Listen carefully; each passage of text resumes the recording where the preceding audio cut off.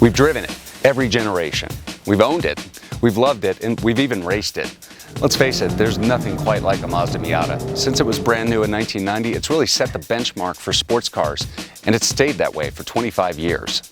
Well, the Miata is brand new this year, and it's been completely re-engineered for lighter weight and tighter handling. But does it still hold up in a day where 300 horsepower family sedans are the norm?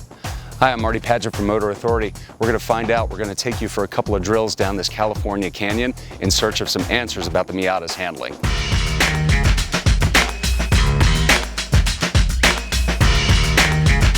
Before we take off for a drive, let's take a long look at the sharp, tight new body Mazda's wrapped around the Miata.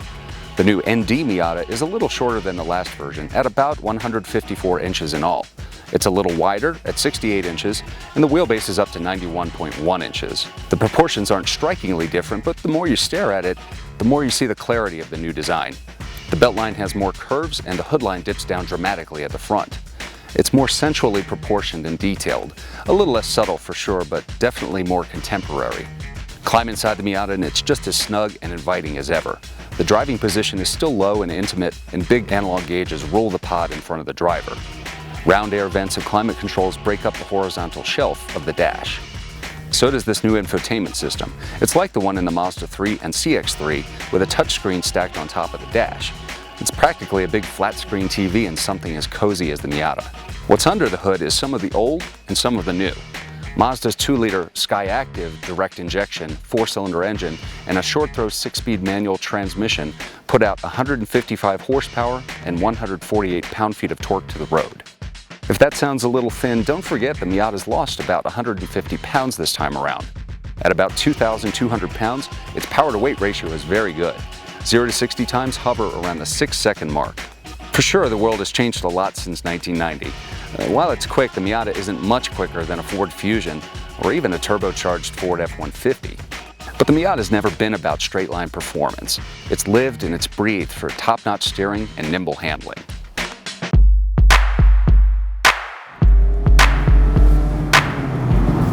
So within a few miles of driving the Miata, one of the things you realize is a modern body structure does a lot for a highway quality ride. It's set up a little softly, and Mazda engineers told us this morning that there's a little more body roll, a little more body lean than they've had in past generations. That makes it more usable day to day, but if you've driven an NA Roadster recently, you're going to notice that it feels a little more frantic, a little more busy to ride. This car is really smooth for being a pure sports car. One of the hallmarks of the Miata has always been the notchy, snick feel of its little 5-speed gear shift. Well, now there's 6 speeds, and Mazda's taken a lot of weight and a lot of the notchiness out of the shifter itself. So if you really want that sensual, tactile pleasure out of this car, you're not going to get it. What you're going to get is a lot smoother shift action. The Miata is one of those cars where the steering feel absolutely has to feel 100%. It has to be nailed. We're not quite sure that it's there. Because it's electric power steering now, there's a little dissonance between the way the steering is reacting and the way the car's suspension is compressing. If you take a sharp turn, you can feel the steering already cutting in before the rear end is actually sat and towed in. It's not terrible. We've seen lots of cars do much worse with their first attempts at electric power steering, but it's still one of the things that distances this Miata from the original.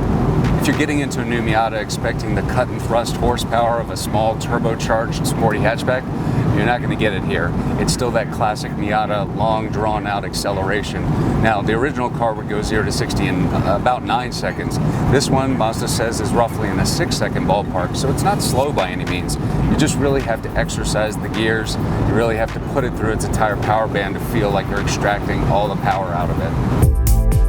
The Miata's always been a car that carries a lot of feedback through to the driver. You don't have to break laws and speed limits just to enjoy it.